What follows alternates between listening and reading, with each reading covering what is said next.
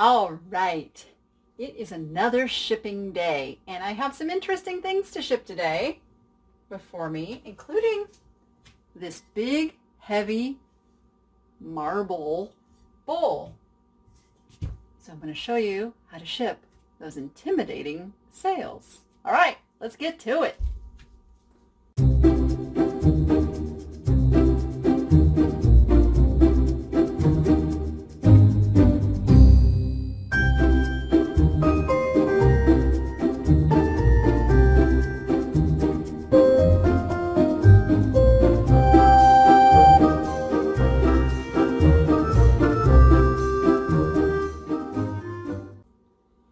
First, I am going to ship my little antique wood planer.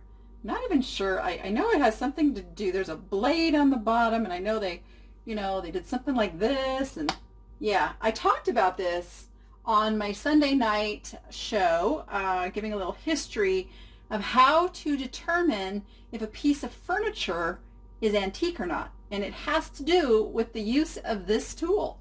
But anyway, this is wood. It's not going to break. I don't have to do a whole lot to this except put some bubble wrap around it, which I will do.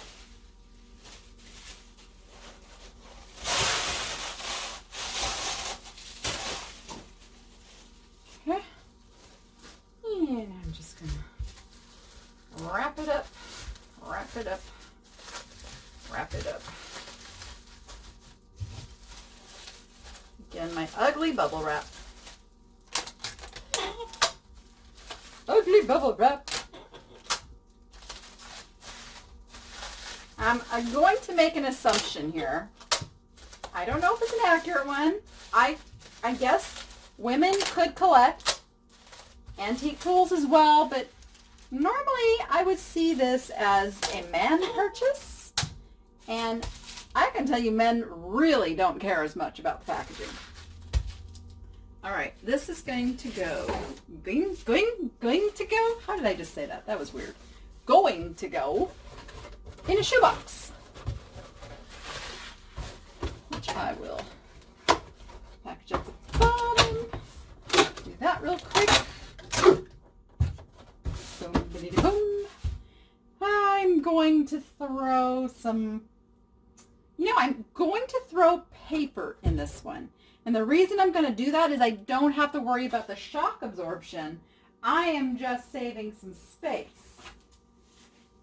I'm going to crumple it up once on the bottom. Stick that in there.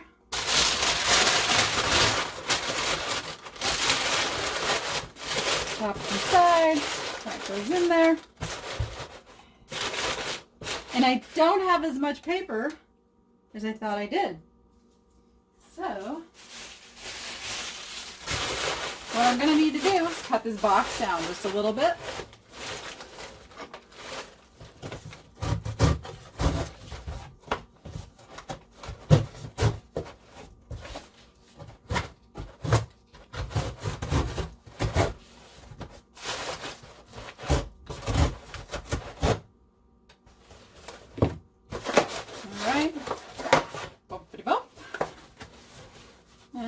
Off one of these flaps just to keep it more manageable.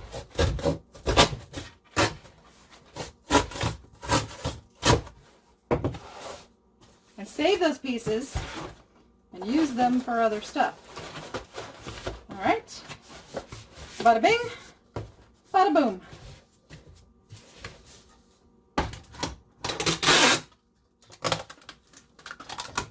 Tape dispenser and I are kind of going round and round. Let me see if I can remedy that. Okay, might not have had it on there quite right. Oh, did I bleed? Am I bleeding? No, I'm not bleeding. Okay. Ouch. Sharp. We don't want blood on the packages. Blood on the packages, not good.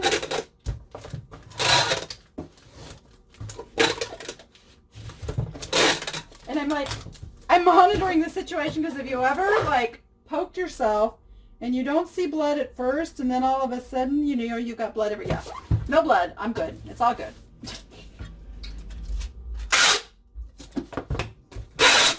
Yes, these tape suspensors, they're sharp. Don't get your fingers caught on them. Okay. And this is the antique, the plain. The plain. The plain. The plain. All right, that's done. Then I can go to my other easy one. I sold another puzzle, another $20 bill. And I am going to use, this is the 1092 rectangular box, which I'm going to make first. If I can get the little, oh, even that one little corner, one little piece of the corner stayed on there. Okay, boom, boom. All right, I do need to bubble wrap this. I have a large piece of bubble wrap here. I'll sit it diagonal. I don't know why I learned to do it that way, but sometimes it can take a piece that wouldn't fit the other way and make it fit. It also gives a little extra in the corners, which is where they tend to get bumped. So maybe that's why. Whatever. I've been doing it this way as long as I can remember. It only works if you have a square piece of bubble wrap, of course. All right, now we are going to, boom, that's down in there. And this one also, I think I will, I'm going to cut it down just ever so slightly so it has a tight fit in there. No room for bouncing around on the trip. Hold our little flaps in. Hold this. Now I don't want to take this whole thing off because I didn't cut it down enough that it would cover if I did that. So I'm just going to take off the little bit of extra, which I just measured this much. And I'm being careful not to cut anything else. My knife is starting to get dull, you guys. My little kitchen knife is starting to get dull. I really should switch to a real knife. Okay, I'm going to, I always use their adhesive, but I don't depend on their adhesive. But it's nice to have their adhesive to get it started for my tape job, which I then go back over and tape everything up securely. Boom. And I'm going to go across the front here. And boom. Puzzle on its way. Not that I really have to write on here what it is, because it's pretty obvious. All right, 2 down. Now the hard one. This is heavy. This is a heavy, solid marble centerpiece bowl that I sold for $50. Okay. So we are going to bubble the gazebers out of this. And I'm going to start with a large piece of bubble wrap. Actually, you know what? I lied. I'm going to start with small bubble and then do the large bubble.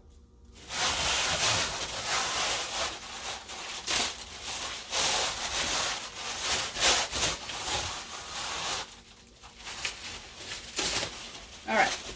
I've got 2 pieces because this is 12-inch wide bubble wrap. I really love the 24-inch wide bubble wrap because I can make those squares, but I'm still utilizing bubble wrap that I have had, so I haven't ordered any of the 24-inch wide. And I really am going to hang it right up here on the wall very soon. You guys gave me some great ideas for how to make that happen. I just have to put it on my list of projects to get accomplished. All right, so there's our first piece. And the reason I have to use a second piece is that did not cover all the edges. So now we have to go the opposite direction and cover those edges. Boom, boom, okay. And now I'm going to use my big piece And this is the only big piece of bubble wrap I have. This is like a leftover scrap, which is the other reason I didn't start with it, because it's just enough to go over it one time. Boom, boom. Oops, I didn't even tape that. There we go. And boom. All right, all those edges are protected. Now, this is going to take a pretty sturdy box. And the box that I have, this is a 14 by 14, probably by 14. Yeah, it's 14 by 14 by 14. Now that would be oversized. So I am going to be cutting this down. But the reason I chose this box is that piece is a 12-inch diameter piece. So that's going to give me 2 inches all the way around. So I'm going to start by pouring peanuts in there. And hopefully not making a huge mess. All right.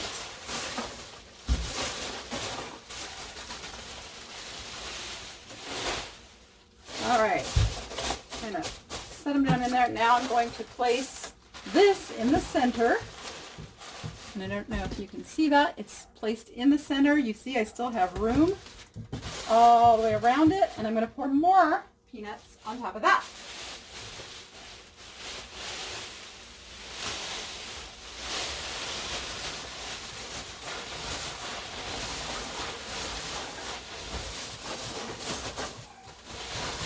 And I'm going to make a nice thick layer, because I actually only have to cut this down 2 inches to be under, no, 14, no, I have to cut it down, wait, no, it's math, wait, 2, 4, I need to make it 8 inches, that's what I need to be. I need to be at 8 inches in order to stay under my oversize. So let me just measure what that is real quick. 8 inches is to here. I'm going to mark the box so I know I probably put in 2 mini packing peanuts. Yep, I did, because I had my number wrong. I don't know why I was thinking 2 inches. Holy smokers. It's okay, easy fix. We will just take some of you babies out of there. Don't need them.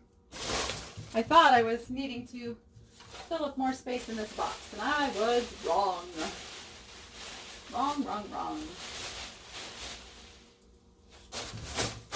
Let me see, where's my mark? Oh, I am. One more scoop and we should be there. And I still have plenty of protection on my item. Okay, now I got to cut down just like I do all the time. Cut this down, and I'm going to cut it down to my mark, which, you know what, that made it really easy, so I am going to make that mark here. I'm going to make that mark, and the only reason I'm doing this is because I'm right at that border of going oversized, and I don't want to go oversized, so I'm going to make sure they can't ding me on that. Boom. Okay. Now I know where I need to cut to on every single side. That one's done. That one's done. And that one's done. All right, now we need to, these thicker boxes are a little harder to get to conform to the mushing down. So, but you can see I'm going to take off this flap. It's not necessary. That way I have it for shipping something else in the future. Okay. And, all right. I'm going to go ahead and give that just a little thing of tape to make it easier on me as I work on these other 2 sides, which I need to get to cooperate fully. wanting to bend in a funky spot now. Am I still? I'm under my 8-inch. Good. Okay. All right, and I'm going to take off this flap, especially since it has my name on it. These were my moving boxes that I am repurposing.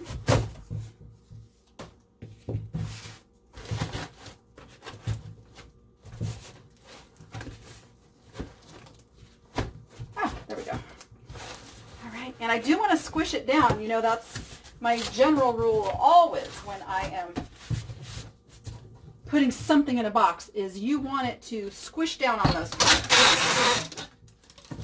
You don't want it to be easy to close.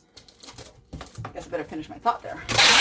Okay, now I'm going to do the round and round and round and really strengthen this box because I don't want it to have any accidents in transit.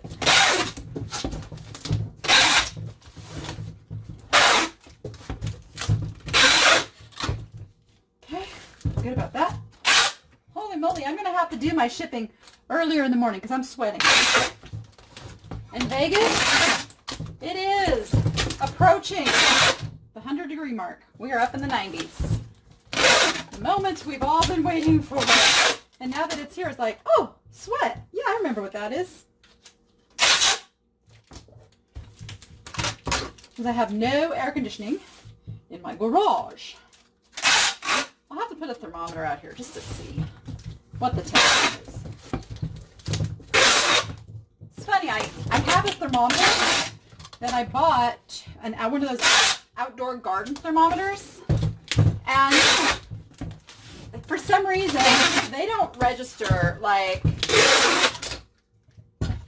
what am I trying to say? So it always looks like it's 120 degrees, because if you have it in the sun where you want to measure the temperature, it's somehow picking up way hotter than it is. So yeah, maybe I'm going to move it in here so I can actually see what my garage temperature is.